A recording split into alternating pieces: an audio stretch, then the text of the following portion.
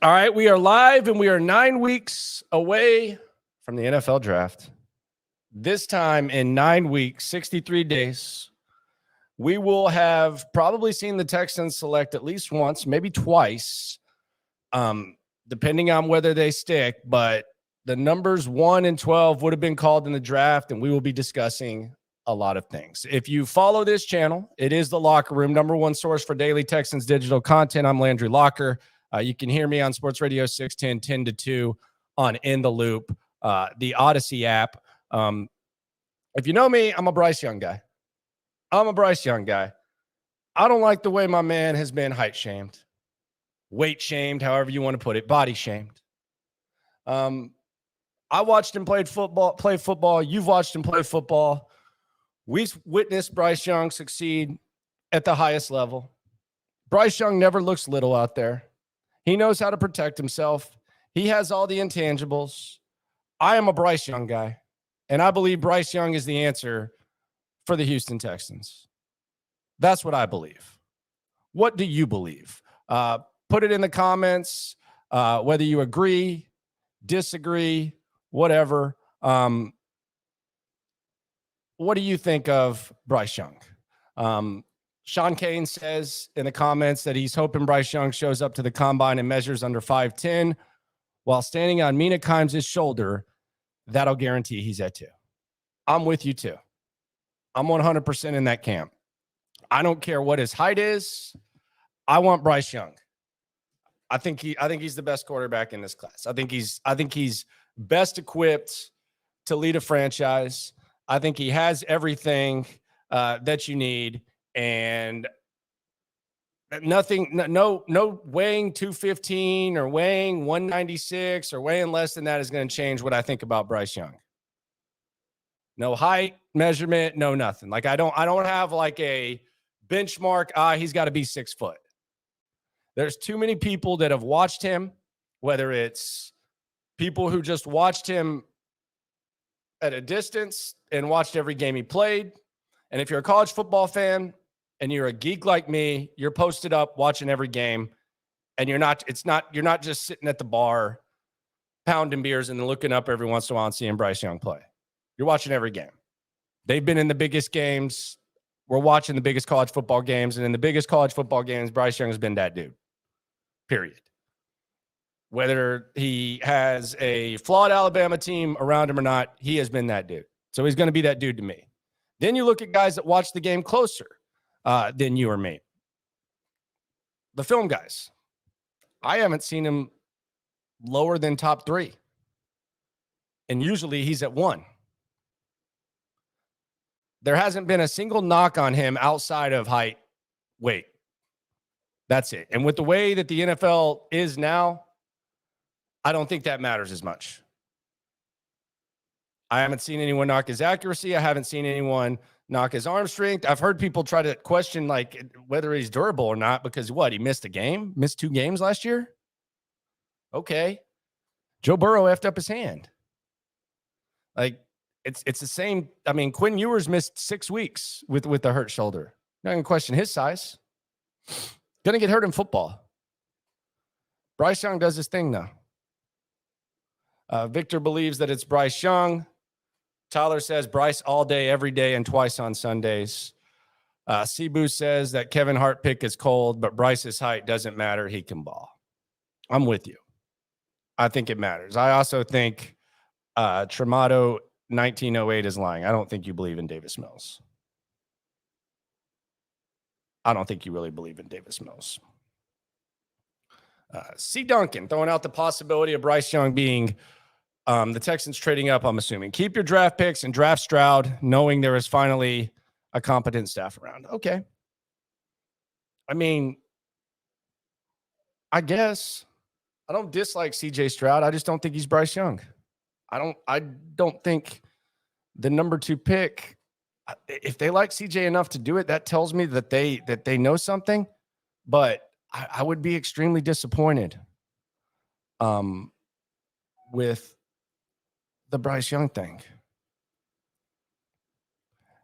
Major Payne asking if the Texans draft Young or Stroud, does Mills start the season opener or do you play rookies right away? I think the rookie starts right away. I think that's just where we're at with that. And they would be as quarterback friendly as they possibly could. But look, let me put it this way. If you draft Bryce Young, I don't know if this is the same with CJ. If you draft Bryce Young, he's going to be ready to go. He's going to know the playbook in like 2 weeks. And he's going to be ready to go. There's no doubt in my mind. That's one of his good traits is that type of stuff. So that's just kind of where I'm at. The Texans front office has gained a lot of trust. I think this is an interesting point from Curtis. You'll only be disappointed a few minutes because you believe in the Texans front office. And that's one of the biggest revelations that has happened this offseason is the belief in the Texans front office. That's a really good point that you bring up, Curtis. And I appreciate you for commenting, appreciate you for coming through, my friend. That is something that has happened that I didn't see happening. If you've listened to me talk about this team, if you've listened to me criticize this team, if you still listen to me talk about them, I have had such little trust in this organization, and I think it's been warranted. I think even they would admit that. And in the matter of a snap of a finger, couple of decisions. First, you traded Watson. Had to be done. Now, he wanted out originally because of your doing and your incompetence and the POS, personal service, Jack Easterby was here. We don't need to rehash that. But you got rid of that because it was a cloud. And when we all know that, however you feel about it, it was a cloud. So you figured that out. The assets were a little bit more laid out. You found out you could trade him, and to the best of his ability, Nick Caserio traded him. And that's actually something that I don't think Nick Caserio gets a lot of credit for because he was kind of handcuffed because of the no trade clause. He inherited a guy who already wanted out of the organization. And then he had all the off-field stuff, and it became even more difficult to trade him. So Nick could have done what Deshaun wanted the whole time. Nick could have just said, all right, let's go to Miami. Let's get rid of the headache. But Nick actually stayed firm, got the best thing that you could possibly think that you could get for Deshaun Watson, given the limitations, and he got that done. So that's one move. And I do think he deserves credit for that. Criticism, we can go through some criticism, but I do think that's one thing that deserved a lot of credit. Next thing was you fired Jack Easterby, or you got rid of Jack Easterby. Never should have been here. Worst thing to happen to sports here. But you got rid of him. Good decision. Still hard to look back and not wonder how the hell it got to that, but that was a great decision, getting rid of Jack Easterby. So that's two. The Watson trade, the way it was executed, getting rid of Jack Easterby before the season, by the way, that's number two. And then number three was not just firing Lovie Smith, but firing Lovie Smith in the manner in which you did. Now, could you have executed better and held out Brandon Cooks to where you don't lose the number one pick? That's Nick Caserio. That's one of Nick Caserio's worst decisions, was not getting rid of Brandon Cooks, or at least not having him inactive at the end of the season.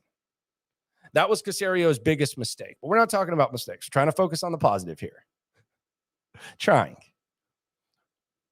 Number three was firing Lovie Smith. And not only did you do it, and I don't even have a problem with hiring Lovie Smith. I want to make that clear. Like with where you were, with the situation that was going on, with the fact that really you had $75 million dead cap and not too many guys wanted to come in here and inherit a lot of the stuff that we previously mentioned, the Watson being unhappy, et cetera. Caserio hiring Lovie Smith, whatever. Charge it to the game, whatever, you got through the mud. But the way in which they fired him, and they fired him on a Sunday, it was timely. It wasn't like last year. Maybe you're grading on a curve because they handled the Coley thing so weird where they didn't fire him till Thursday. But the way in which you fired Lovie Smith was perfect. And this is all going back to my man bringing up trust in the front office, because I think there's four moves that have brought us to that point. Shout out to Curtis for this. And keep the talking points coming. That's what the whole point of this live thing is. I talk 4 hours a day. and I talk on here. So the reason I do these at night, I'm going to call these the 9 p.m. pop-ups because I think that's going to be my time. Eventually, when the season starts, we'll get the schedule. But the goal when this thing started was as much content as possible when it started. Then sprinkle in the artwork, sprinkle in the small videos, keep the live stuff going. But I've posted like once a day ever since I started at the start of the season. And now we'll get this more consistent, but it's usually going to be like the 9 p.m. pop-ups. That's how we're going to do it. But the 3 decisions, we'll get to the 4th. Number 1, trading Watson. Number 2, getting rid of Easterby. Number 3, the timeliness in which you got rid of Lovie Smith. Number 4, and we got to go back to what people were saying, and this wasn't too long ago. I know it seems like it was a long time ago when the season ended for the Texans. But number 4 was the coaching search, the entire process, and the result you came to. And the guy that you ended up getting. There were people saying nobody should take this Texans job. There were people wondering if anyone wanted this gig. The Texans interviewed 4 coaches that got head coaching gigs this offseason. 4. They interviewed D'Amico Ryans. They interviewed Shane Steichen. They interviewed Jonathan Gannon. And they interviewed Sean Payton. Gannon, Payton, Steichen, D'Amico. Broncos wanted D'Amico. D'Amico said no to the Colts. So you put together a list of candidates when everyone else was saying that nobody wanted this gig.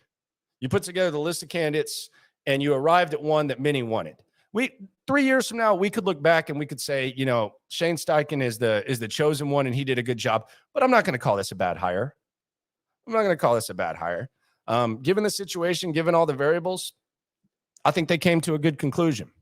And those are 4 very important things that you couldn't have imagined them not screwing up. Different circumstances, but there were trust issues and things didn't get started off well with Cal McNair. But you traded a disgruntled player that had 30 sexual allegations. You got rid of the biggest POS that people felt like was never going to leave. It felt like the person of service, by the way, that was never going to leave. You fired your coach in a timely manner, despite what people were throwing out there. And you hired your coach in a timely manner. You got the best guy. So, yes, I do agree. Circling back to that there is a little bit of trust with this organization, which might be dangerous. It could end up biting, people in the ass or whatnot. But you feel good about it. Sean OBR asks, how do you feel if the Houston Texans draft Stroud? Would it be a failed draft for you? I would have to hear what they think of Stroud, and why they liked Stroud. And I would have to hear what they say about Bryce Young. But it would be too early to say it would be a failed draft, just because the quarterback position is so tough. I mean, it's so tough to assess. But I would love to hear their explanation of why they went down with that route with CJ Stroud. It'd be very interesting. NB, Bryce or bust, off topic, but anyone think Dusty Baker wanted King Bill like power, King Dusty with a whole head power authority, basically throwing everyone in the organization? I don't know what Dusty's doing right now. I don't know. I really don't. KC007. Not knocking his skills. I'm assuming he's talking about Bryce Young. He is small. I hope he comes in the league and shows up and shows out. I hope we can keep him fit and in good condition. He is definitely small. There is no doubt about that. No doubt about that. Why do you always gaslight Bryce Young? He's 5'10", 180. He won't last. Okay, well, there you go. That's a simp comment right there. I mean, you're not alone, Terry. I appreciate you for coming through. We welcome dialogue. That's a simp comment right there. That's it. It's not based on anything you've seen.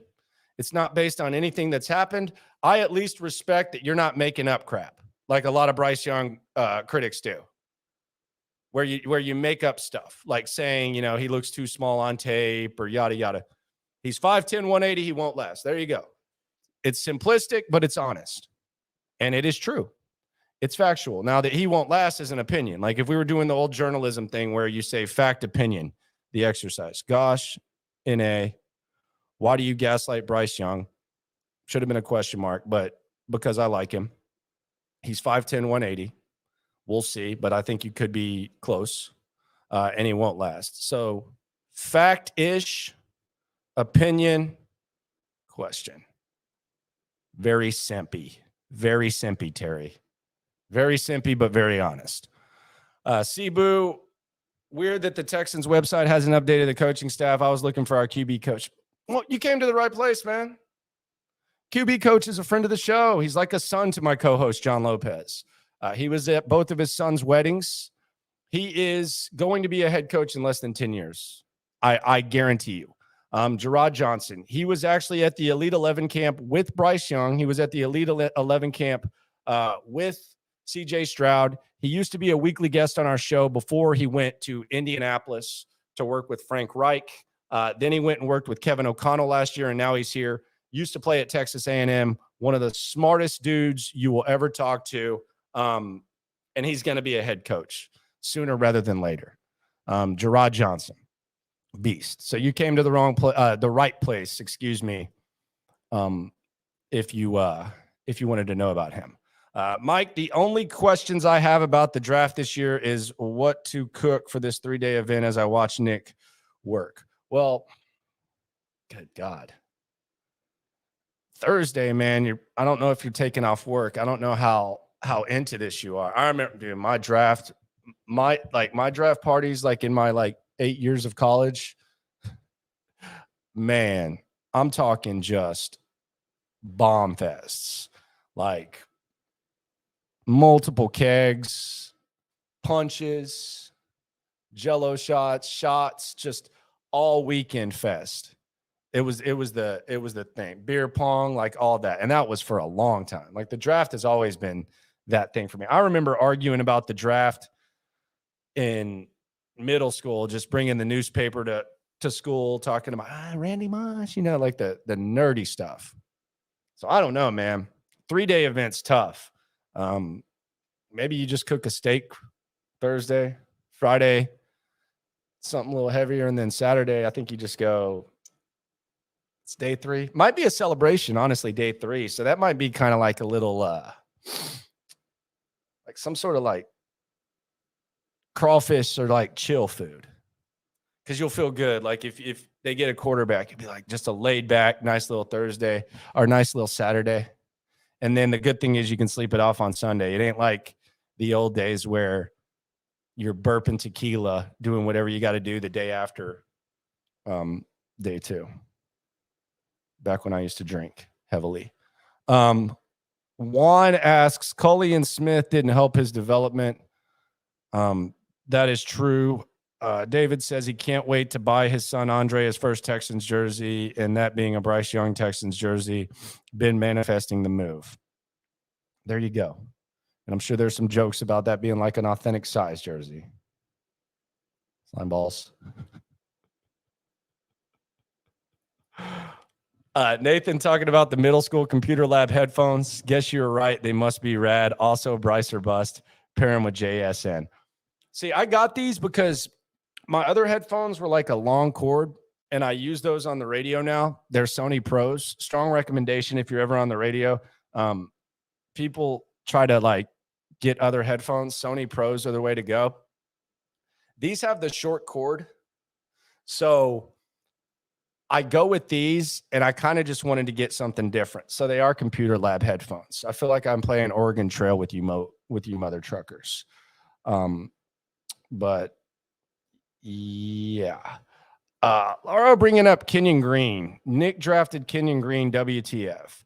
You're going to miss on some draft picks. The Jets missed on Zach Wilson. And they're still, I guess, feeling decent about where they are as a football team.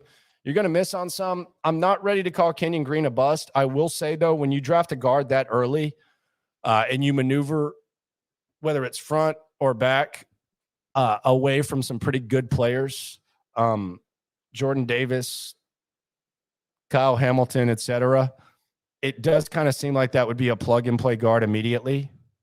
But that's just what it is. Terry, going back to the Bryce Young thing, appreciate you for coming back through. Body shaming, you're dismissing the reality that matters. See, here we go. We got to do this again with you, Terry. Fact opinion. Let's do this exercise. It's like a grade school journalism thing. I love doing this these days because I think it's necessary. Body shaming. It's kind of a joke, okay? I'm not talking like real body shaming. You're dismissing a reality that matters. Now, I'm dismissing that's a fact. A reality, that's a fact. Whether it matters or not is your opinion. So I don't think it matters that Bryce Young is small. So I don't think so. You think so. There it is, man. That's it. We'll see what happens. But what is going to be hilarious, and this is what I think is the funniest thing about it. Check this out, and you all know this is true. Whether you're Team Bryce Young or you're Team someone else. And by the way, welcome to the locker room. Subscribe, like Landry Locker, Sports Radio 610, Odyssey app, the algorithm crap. Subscribe and like. But here's what's going to happen. Bryce Young could suck. He could be a terrible quarterback. And we could look back at me just sitting here. What do the kids say? Standing for Bryce Young and say, damn, you were wrong about that. You know what? I'll be the first one to say I was. Won't be the first time, won't be the last. And quite frankly, at the quarterback position, there is no one that hasn't been wrong about the quarterback position. So there's a chance I could be wrong. The odds are there. A lot of quarterbacks bust out. More quarterbacks bust out or disappoint that are taken in the top 10 than thrive. It's a hard-ass position to play. There's only 32 of them, and quite frankly, everyone's trying to get better at the position. And sometimes even a guy like Kirk Cousins isn't looked at as enough. So there's a chance. But even if it has nothing to do with his size, like Zach Wilson, Ryan Leaf, Joey Harrington, like other guys who've been taken in the top 3 that have busted out, the people who are bringing up this size without substance, and it might have to do with his size, but the people who are doing that are going to act like that's the reason. And that's why I hate when people just dig in on disliking quarterbacks. I don't like, if you don't like the quarterback, you don't like the quarterback. I'm not a Will Levis guy. I'm not. But it's like with Lamar Jackson. Oh, man, he can't play quarterback in the NFL. He sucks, man. He can't throw. He goes out there and puts together about as good of a start to a career as you can ever imagine. He gets hurt. Quarterbacks get hurt, though. Joe Burrow tore his ACL his rookie year. Quarterbacks get hurt. It happens. They get hit. Is the style kind of dangerous? Yes. But he proves all of y'all wrong. All of y'all. Like, let's be honest. Y'all didn't think he was going to be a league MVP. Like, let's be serious. No, y'all didn't think that. Like, he's already proved you wrong. But now the goalpost just moves. See, he got hurt because you can't play like that in the NFL. See, I told you he's not a franchise guy. That's what's going to happen with Bryce Young. It's going to be a revolving goalpost. That's what I love, though. That's what I love about it. The sports thing. It's not that serious. It's not a big deal. I'm not telling you how to fan, but it's hilarious how it goes. It's hilarious how it goes. Juan's talking about growing pains from an inexperienced GM, talking about Caserio. Look, getting through the mud wasn't always the clearest path. There was some stuff that Nick Caserio inherited. There was some stuff that he would probably like to have back. But as long as he's growing and we learn what he's actually about when he doesn't have $75 million dead cap, this is the first offseason he's had where he doesn't have a quarterback cloud looming. This is really where we're going to figure it out about Nick Caserio. Reasonable doubts, reasonable optimisms, but this is where we're going to figure it out. Tyler Olson, I was at 98% trust before the D'Amico hire because they were finally pursuing top candidates. Now I'm at 99%. Look at you, Tyler. Because I still question Nick's judge of character when looking at his leaders, how they turned on the organization. Now, are we sure that those leaders were 100% his?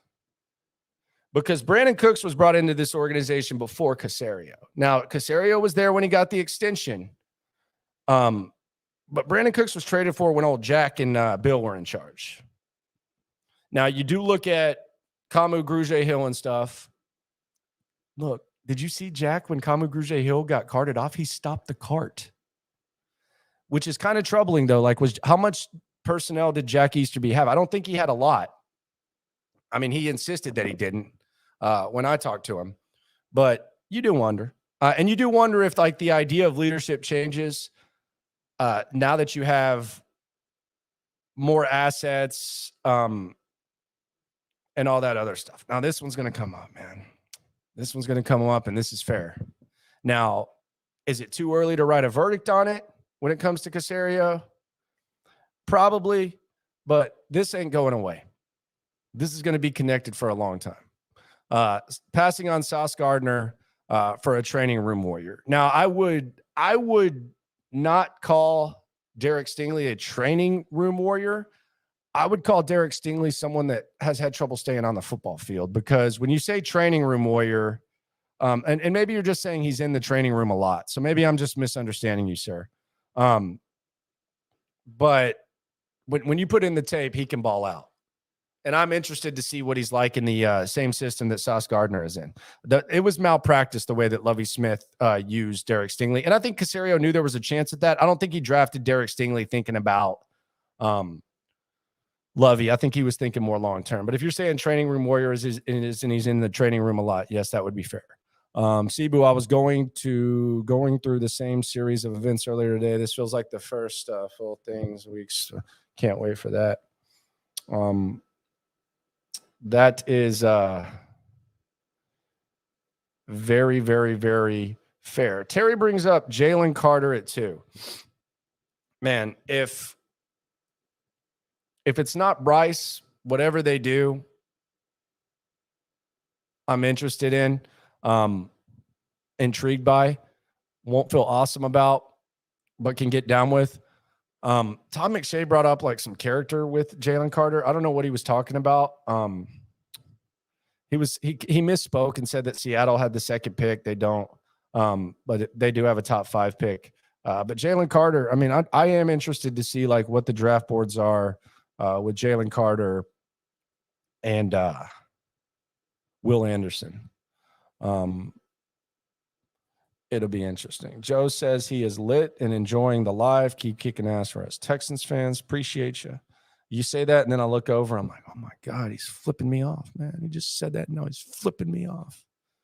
But I appreciate you. He's not really flipping me off. My fiance is looking at me. It's his profile picture that's flipping off. It's not really flipping me off. She looked back like, what? Marcus asks, I know it's not as sexy, but what about Jalen Carter at 2? Another Jalen Carter at 2, and the lineman from Northwestern at 12. Move him to guard or center. Man, that scares me, man. Trying to get another interior lineman in the top 15. You think that's a sure thing, but, man, we at least got to see what happens with Kenyon. That would scare me. That would be like 2 luxury assets, 2 prime picks of the Deshaun Watson trade. The 2 first-round picks of the Deshaun Watson trade you used on interior linemen, and one of them had one of the worst seasons in Texans history. That's really scary. Marcus says the issue isn't the height, it's the weight. Can he take the punishment in the NFL? Look at what Tua's going through with his concussion. I think it's the height and the weight for the people that have the issue.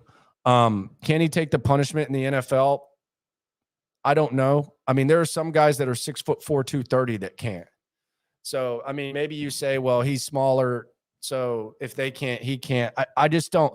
The Tua thing I don't get, because Tua doesn't know how to fall. Like, look at the injuries that Tua has. He does not know how to fall. Like, he's literally taking jiu-jitsu classes to learn how to fall. He broke his hip in college. The injury concerns were there before Tua got to the NFL. I get it. Like, we're gonna take every small quarterback and we're gonna try to compare Bryce Young to him, and that's fair because you don't really have a lot to compare it to. So I'm not knocking it. I'm just saying, like, I don't see the connection between him and Tua. he's very good at protecting himself. He's always keeping his head up. He's looking upfield. So I don't know. Victor's asking top 3 free agents I'd like to sign. We'll go through that later. We're what, 2 weeks ish away from free agency.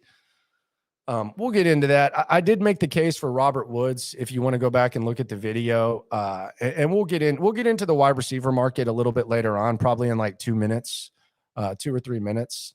I do think they need to figure that out. I would sign Bradbury or Connor McGovern at center. I think I would love for them to bring in a veteran center and then still even draft one if you want, but I would love for them to get a center. And then they need to figure something out at receiver because they're going to trade Brandon Cooks.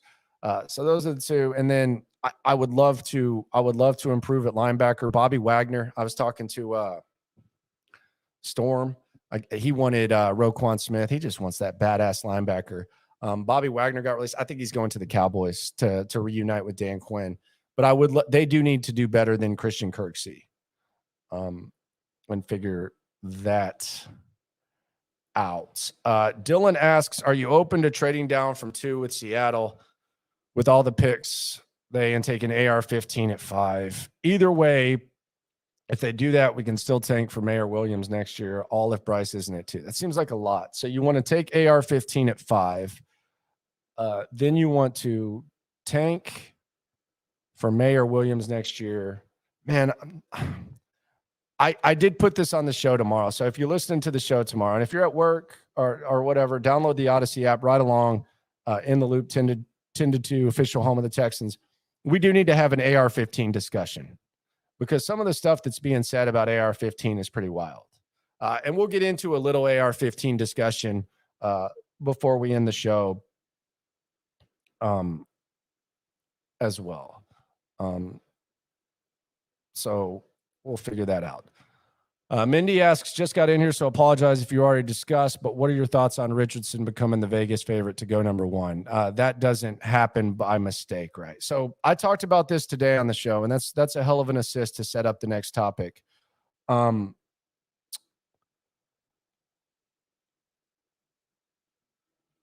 Richardson started out at a 100-1 on BetMGM, I think a couple of weeks ago, and now he's 7-1.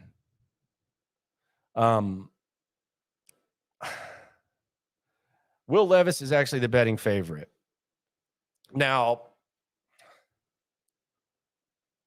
I think if this were a week out, you could maybe make a little bit more of it, of Levis and Richardson being that high up, because a week out, that's when it usually picks up. We saw it with Walker last year, and we saw it with Bancaro this year in the NBA draft. But I think there might be something to it. And the reason is, and we'll just get right into this, the Shane Steichen factor. And time is going to tell. But if you look at the Indianapolis Colts, and this might concern you if you're a Texans fan, and most of you are, or most of you want to get the Texans POV, the localized angle. So subscribe, to ride along for that. Shane Steichen has a resume where he's worked with multiple quarterbacks. He worked with Phillip Rivers. He worked with Justin Herbert, and he had success with those two. Now, you can make a case. Phillip Rivers had already been in the league for damn near 2 decades when he got there. So what did he really have to do with that? And Justin Herbert is just kind of a freak show. And quite frankly, he did have his best QBR with Steichen, but he hasn't just completely fallen off since he left. So you wonder how much he had to do with that. But the Jalen Hurts thing is interesting because nobody expected Jalen Hurts to be doing what he's doing right now. And I know he's big in Houston. I love Jalen Hurts. I think he has some of the best intangibles that I've ever seen for a quarterback. And he has a lot of talent, obviously. But not too many people expected Jalen Hurts to be an MVP discussion and the leader of a team that maybe could have won the Super Bowl.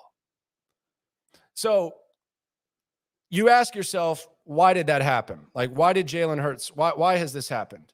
I think the surroundings matter for sure. I think it matters for any quarterback, but I think specifically for Jalen Hurts, it mattered. Like if Bill O'Brien or I don't know, pick any crappy offensive guy, had taken Jalen Hurts, I feel like there's a chance that he sucks. But whether it's because of the team that he had around him, which I think the Eagles deserve a lot of credit for, trading up for Devontae Smith, trading a first-round pick for A.J. Brown, drafting Sanders, putting together the running backs they did, the best offensive line in the NFL, Dallas Goedert. I do think the surroundings matter, but I also think the way in which he was used matters. And Shane Steichen was the guy who was in charge of that. And that's the reason that a lot of you in here probably were intrigued by Shane Steichen perhaps being the head coach of the Houston Texans, because you wanted an offensive guy and you wanted a guy who's got a decent record of working with quarterbacks. And he has that with Jalen Hurts. Now, how much of the credit belongs to Jalen? How much of the credit belongs to the surroundings? How much of the credit belongs to Steichen? I'm sure, I mean, there doesn't have to be one answer. There can be multiple answers. But let's just pretend. Let's pretend here that Indianapolis, they found the quarterback whisperer. They found the guy that's going to take quarterbacks that wouldn't work in certain situations that you can get in the second round, that develop into one of the best quarterbacks in the league for whatever reason. And Shane Steichen's the guy that can just get that job done. Based on the fact that Chris Ballard likes measurables, and based on the fact that Anthony Richardson and Will Levis have unrealized potential, and they probably more than anyone else, probably more than Young and more than Stroud, they need to be in the perfect situation, the perfect surroundings, the perfect coaching.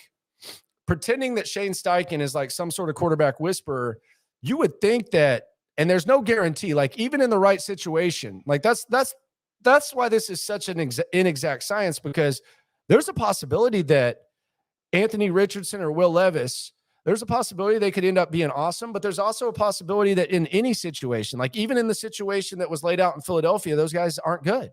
It's possible. But if it is possible, and if they are capable of reaching this ceiling that a lot of scouts believe that Will Levis and Anthony Richardson has, don't you think that Indianapolis would be the perfect situation to at least see if that works or not? Not saying it will, because there's so many variables like we previously mentioned, but don't you think that would be the perfect situation?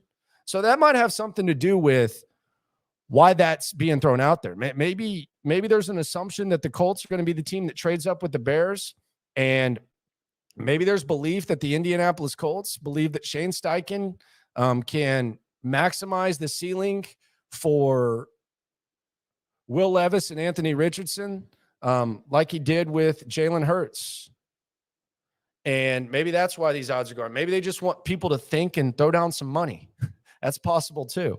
1 week closer, though, as far as the betting odds, I think that's when we'll get a better idea of that. That guy brought up we should trade picks 2, 12, 33 for Dak Prescott and Ezekiel Elliott. Come on, man. You're out of your mind. Bubba's Eat said we needed Jordan Davis. Facts. Could have used a player like that. But didn't work out. J.O. is Team Anthony Richardson.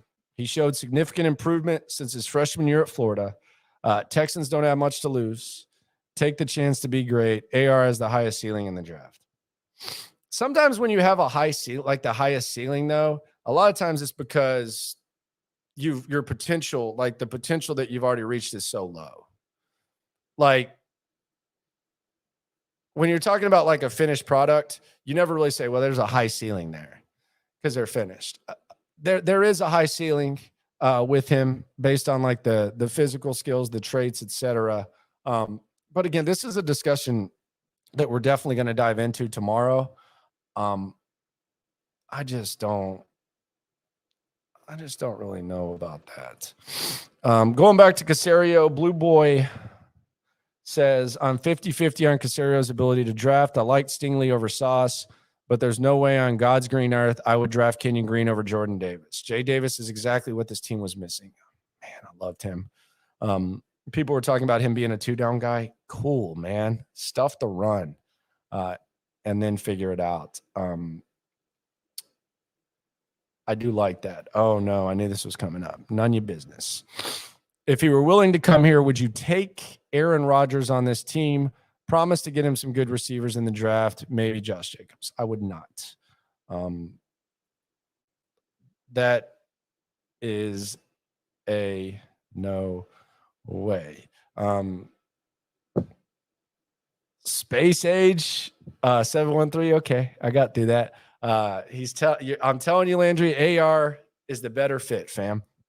Hey, you're not alone, man. There's a lot of people big on AR-15. The quote that I saw from Jeremy Fowler that had me say, you know what, we got to at least have this discussion tomorrow on Football Friday on In the Loop. Download the Odyssey app if you haven't. Someone compared him to a mix of Cam Newton and Justin Fields. That's what Jeremy Fowler of ESPN said. And as soon as I saw that quote, and some guys have a 4th round grade on him and some have a 1st. That's what Fowler said. As soon as I saw that quote, I said, I know I'm on the Bryce train.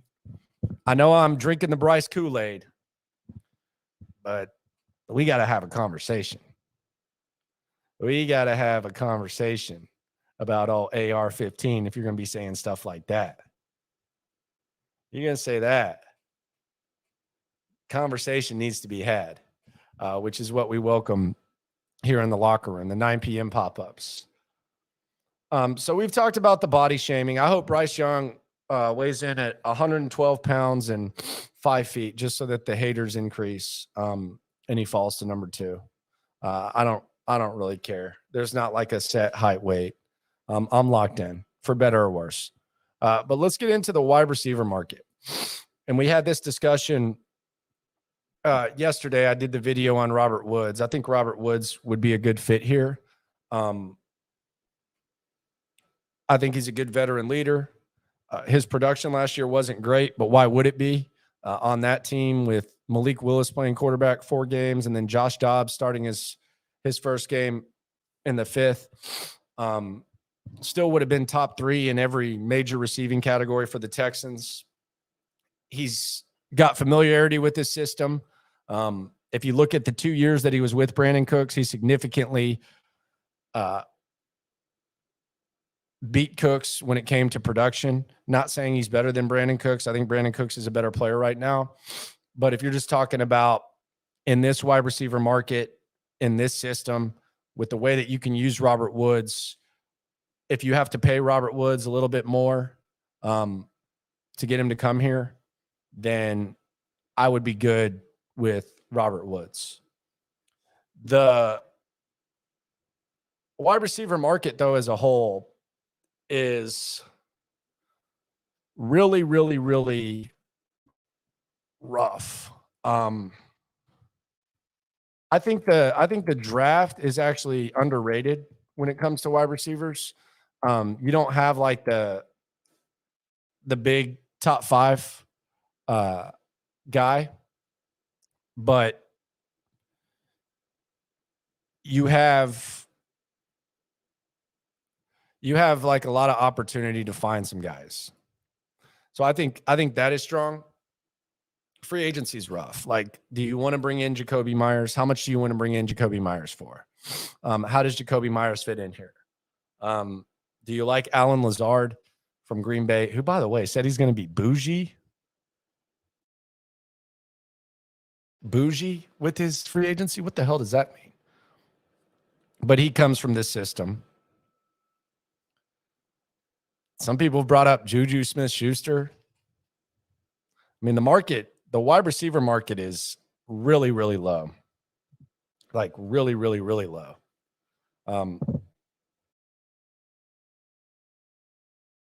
Do you bring back Chris Moore? What is Chris Moore going to do? It's really, really low.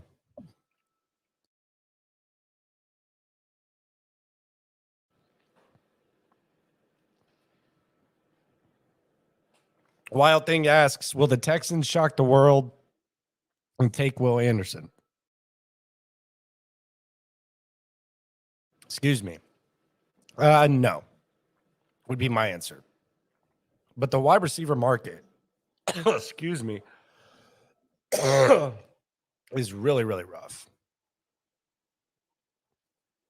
Really, really rough. And I don't know if that helps with Cooks or not. Let me get some water. Hold up.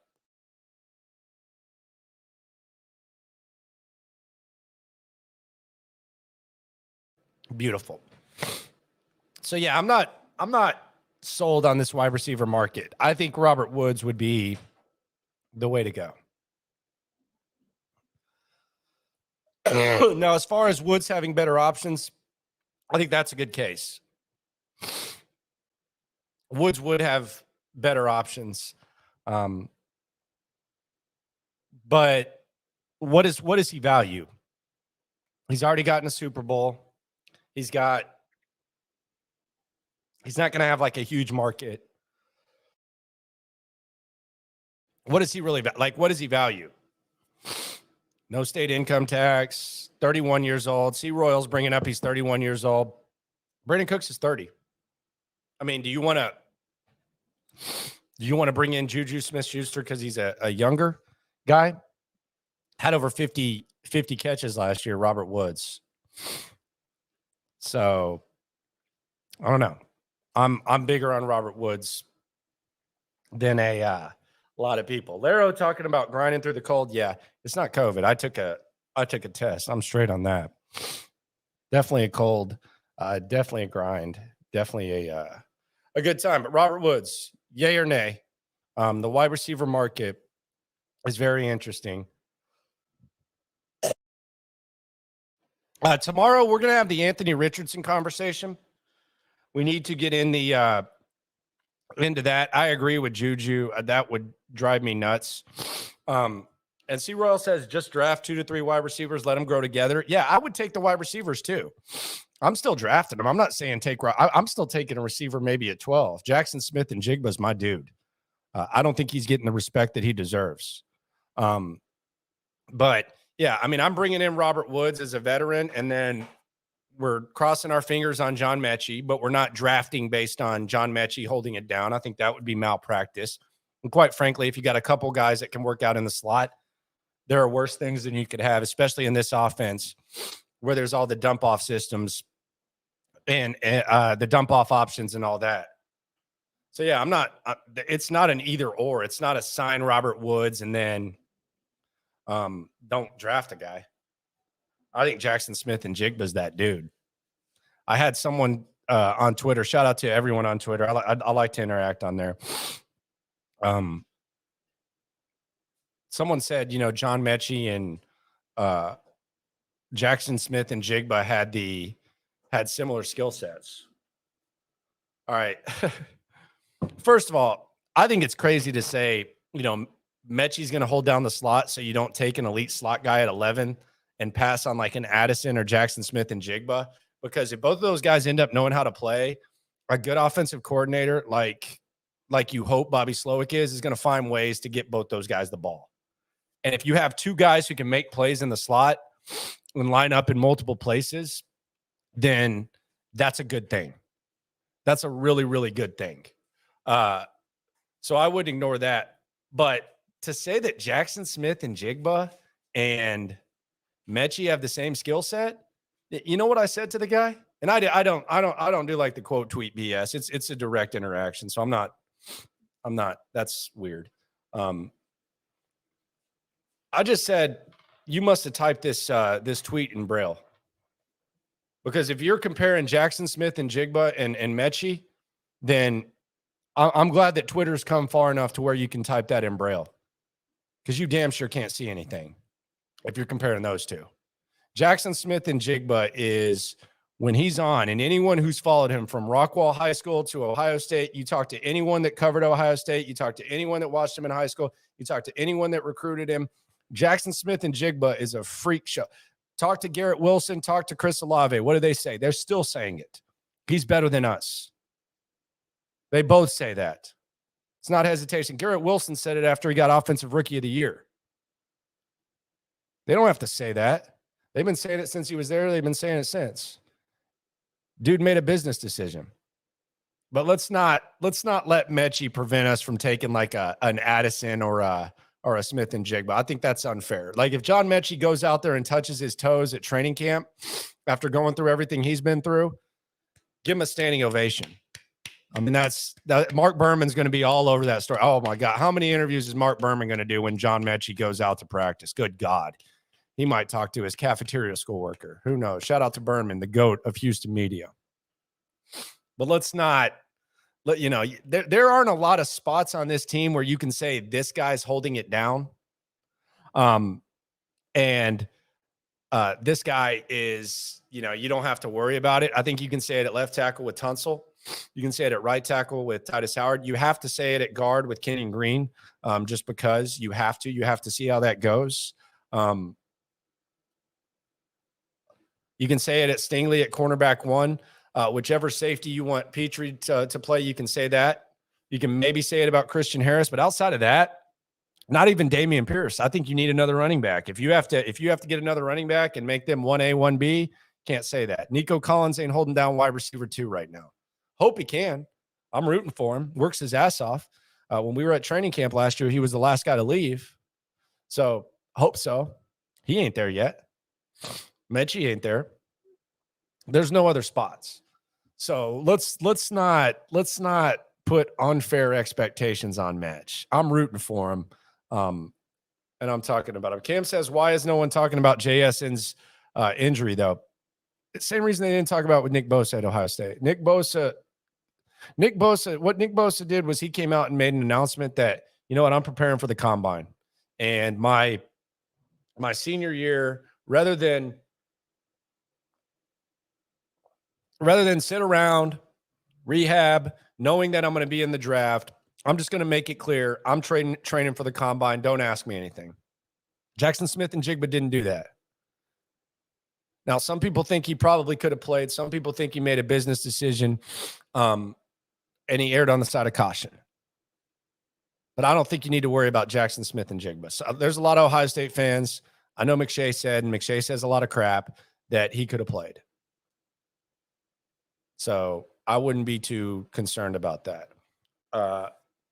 Zay Flowers is getting a lot of love. Steve Smith, I don't know if y'all haven't watched the Steve Smith shorts.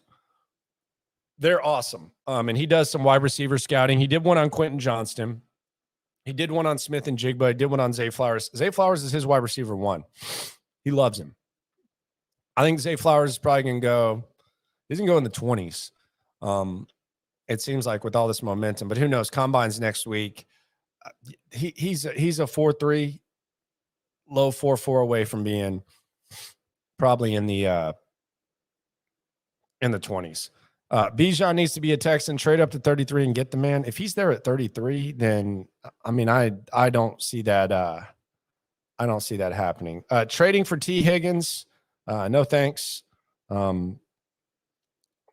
I saw the other day that there was like the projected trade was like a first and a third. That just seems a little wild. And I like Higgins. Do you think Higgins is a number 1? I think he's a number 2 receiver that needs someone better on the other side of the field. Now, if you think Higgins is a 1 and that if he got out of Cincinnati, then the sky would be the limit.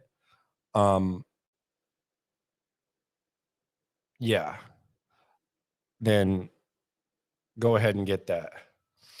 I'm just not as in on that. Now, Cam says that there's talks about him going number 14 to the Pats. That would be interesting. That would be really, really interesting. I'm getting formulas from Sea Royal TV. I'm straight, man. It's just when you talk, when you're getting over the cold, and you're blabbing for an hour, kind of catches up to you. DeAndre Hopkins ain't coming back here. I could see him in Dallas. I could see him in a number of situations, but Nuke's not coming back here. That ship has sailed. I hope that maybe one day they can make right and maybe like Nuke gets some sort of consideration for the Ring of Honor. But I think the way stuff went down, and I think some of it was valid concerns on Nuke's end. Some of it, he got a little bit petty with some of the stuff that went down. But he's not coming back here, but I would love for them to like make right with him, and I think it's possible. If he did come back, that would be great. I just don't see it happening. People are saying they saw him in the H. He loves the H. His favorite place is Grace's. He's all about that spot, and you should be, because Grace's is fantastic. What are those things called? Martini, coffee martinis or something? Espresso martinis. Those are nice. The fried pork chop goes hard. Grace's is legit, real legit. Nuke loves it. And also from like Nuke's point of view, hasn't he been through enough? Like, doesn't he need to find like a really good situation to win some games? He goes to Arizona. They feel good about it. And then all of a sudden, Kyler Murray goes down. Kyler Murray kind of falls apart. Seemed like him and Kyler were kind of butting heads, and then he had to play with all these other quarterbacks. I just don't think it makes sense for either perspective. Quincy talking about the frozen mimosas from Grace's. Fact. The swirl or the orange one. Trust me, I know. I used to live right by there. Trust me, I know. That little bar area when you go in, just post up, watch a game. TV game's not good though at Grace's. That's the one issue. It's kind of just there. The bartender, they got the dark IPA too. You rotate that with that again. Back in the drinking days. Space Age 713, Landry, we share the exact same mindset when it comes to halfbacks. Who's the best back in the draft? My mindset is get as many as possible, invest in the running back position, take advantage of others devaluing it. They make an immediate impact. They make everyone around the team better. And it's kind of a myth that you can just like find these running backs and not dedicate any prime assets to the position. Bijan Robinson is the best running back in the draft. I think Bijan Robinson has, I don't even think we've seen his full bag. I watched every snap of his college career, like of interest. I think he only lined up in the slot. I think it was less than 20 times. I talked to John Harris about this. And if you're not following along Harris on the draft, you're doing it wrong. But I think that Bijan had like less than 20 times he lined up in the slot last year with Texas's offense. And that's a travesty, because whenever Bijan Robinson, it seemed like whenever he got an opportunity to make a play in the receiving game, either he did or they missed his ass. Like opportunities to, like, whether he's wide open and the quarterback misses it, or it's a bad throw or something like that. Like, they never took advantage of it. And I think there's like some unrealized potential there when it comes to Bijan. So I think he's the best back in the draft. The makeup's insane. The running between the tackles, the explosiveness, the agility, all that type of stuff. I wonder what he's going to run in this combine. I really want, because if we're talking about like a 4.3 or something like that, and I don't know what Bijan's 40 time is. I don't know what he's ran, but I mean, if it's like a 4.3 or something like that, then he might not make it to 12, because there are some coaches who probably feel a lot of pressure and they don't want to reach on a quarterback, but they know that they can do some things with a running back. Like, if, let's say Atlanta doesn't trade for Lamar Jackson and they don't like any of these quarterbacks, like Arthur Smith could probably do some damage with him. What if the Eagles, who have the Saints pick, what if they want to don't want to pay Miles Sanders? And I'm actually like anti-pay a lot for a running back on a second contract. So it's kind of like one of those things where you draft him, get as much as you can, and then figure it out. Like, I don't think the Raiders made a bad pick on Josh Jacobs. Now, you can make a mistake of overpaying him now, and that's where you kind of change the evaluation. But I don't think Bijan, like if he's running a 4.3, I don't think he's going down. Other backs I like A-Chain out of A&M. I like Gibbs. I know everyone's comparing Gibbs to Alvin Kamara. That was kind of the go-to during the Alabama games this year. I like Deuce Vaughn. I don't know when he's going to go. He's one of those guys that everyone's going to sleep on, and you can say whatever the hell you want. about Deuce Vaughn, and maybe there's not like a high ceiling, but Deuce Vaughn's a guy who, like, I think that 10 years from now we're going to look at and say, damn, he's still in the league and he's still producing. And some of these running backs that went ahead of him, oh, they lasted 3 years in the league and they're on the XFL team or something like that. That's just kind of how I feel about Deuce Vaughn. But with Bijan, Gibbs, A-Chain, Deuce, and then there's some other good backs. But I'm a big Bijan guy, and I don't think he's completely gotten in his bag. You're talking about HTT from Alabama. You like his leadership and all that. Yeah, I do too. I mean, I feel like he was there for 35 years. Didn't he have like a kind of a college basketball vibe to him?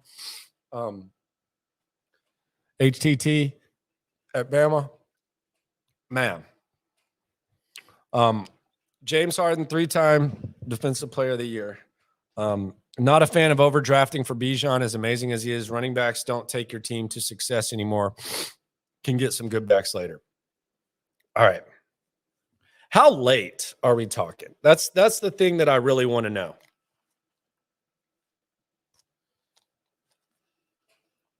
Because how late? Like, and James, put the reply in there because we're just interacting. I'm not picking on you or anything, but like how late are we talking that you can get a running back? Like, and I get 12 is early.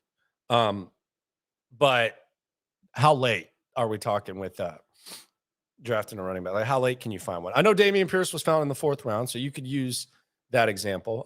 James Robinson was undrafted. You hear the Elijah Mitchell. Aaron Jones was found in the 5th round, although they still used the 2nd round pick on A.J. Dillon. He says 3rd to 5th, probably best.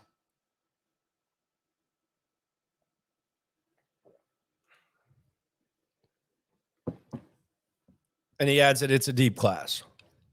I agree, and I like that you say that. So I feel you on this, James, because that's the thing that I like right there. That right there. Because what I don't like is the generalized thoughts when it comes to the draft, where someone says, well, I'm never taking a running back here, or here. I'm not doing that, never. Well, it might not. It might be a deep running back class. It might not. James says he feels that it's a deep running back class, so he thinks you can find someone in the 3rd, whether it's A-Chain, whether it's Vaughn, who knows who else. Other guys will emerge. So I can get down with that. I will say, though, that for all these examples that everyone uses for running backs being found late, like, of course you're going to. Like, you have 4 or 5 on your team. Running backs get hurt. It's a dangerous position. So, yeah, you're going to find some guys late, but this is the stat that I'm going to beat to death. The top 8 leading running backs in the league rushing, and some of you can recite this at this point, but the top 8, the average draft position is 29th. 5 were 2nd round picks. 3 were 1st round picks. The 49ers gave half a draft for Christian McCaffrey. Over half a draft. And they don't even have draft equity. And they already had the Elijah Mitchell coming back. So I get it. And then, we'll talk about Aaron Jones. They still drafted A.J. Dillon in the 2nd. I mean, Jonathan Taylor was a 2nd round pick. Everyone expected him to lead the league in rushing. He got hurt this year. So that's another guy that was a 2nd. So I feel you, man. If you think it's deep, then maybe you can get it 3 to 5. But the time where I kind of roll my eyes and just say, okay, is when it's generalized to where it's like, well, I'm never going to take a running back here. I feel like you're kind of living in the 90s with the Terrell Davis, Mike Shanahan days. Because you invest in backs. San Francisco did it. New England did it. So the 2 places where the 2 most prominent guys in the organization, they did it. Like, New England drafted Sony Michel in the 1st round. Now, was it Casario's call? I don't know, but they did it. I don't think they regret it. And they were able to find guys late in the draft. They were able to find, Kevin Fox, James White, Danny Woodhead. They Ben Jarvis Green Ellis one year. Like, They kept moving around at that running back position. In San Francisco, the Elijah Mitchell, day 3, after drafting Trey Sermon in day 2, and then trading for Christian McCaffrey. The free agent running back market is nice. That is true, and there might be some bargains because of that theory that you don't pay second running backs. That's a hell of a point, Joe. I was in on the Tony Pollard, like pay Tony Pollard heavily before he got hurt, which is a damn shame because when Tony Pollard was in the lineup, one of the best running backs in the NFL. It's a fact. Like, go look it up. Like, when Tony Pollard started, he was one of the best running backs in the NFL. He didn't have much wear and tear, and then, damn, he got hurt in that San Francisco game, which sucks. I don't know what the Cowboys are going to do. They're going to franchise tag him. Who knows? I don't know. Overshown, could he be there after the 3rd? Would be interesting with D'Amico. He'd also kill at the combine. I don't know. I like Overshown. I like how he can get after the quarterback. I like how he basically fills the stat sheet when it comes with tackles. It feels like he's the defensive guy who made like every big play for Texas this year. But we'll see. We'll see what happens. But I appreciate everyone for coming through, riding with me through this cold. Feeling good, feeling fresh. Tomorrow, going to be fun. The one thing that I do need to talk about tomorrow is the Anthony Richardson conversation. It needs to be had. It needs to be had. It's well past due. What the hell do we make of this situation? What do we make of it? Try to figure it out. Subscribe, like, appreciate you. Number one source for Texans daily digital content. Download the Odyssey app, Sports Radio 610. We're going to get into this Richardson thing tomorrow. Brandon Scott, the legend. He's going to come in at 11 a.m. Normally he comes in at Thursday. He's got a lot of thoughts. He's got a lot of takes about this draft, man. He's got some serious stuff to say at 11. So join us. Appreciate you for riding along. Appreciate everyone for coming through. And appreciate you for interacting with me. Another 9 p.m. pop-up. Keep it coming. Keep the subscriptions, likes, comments, all that type of stuff. Let's interact. Let's enjoy this offseason. 9 weeks away from the NFL draft. Let's get it. Fun times. No matter what happens, we're in this together.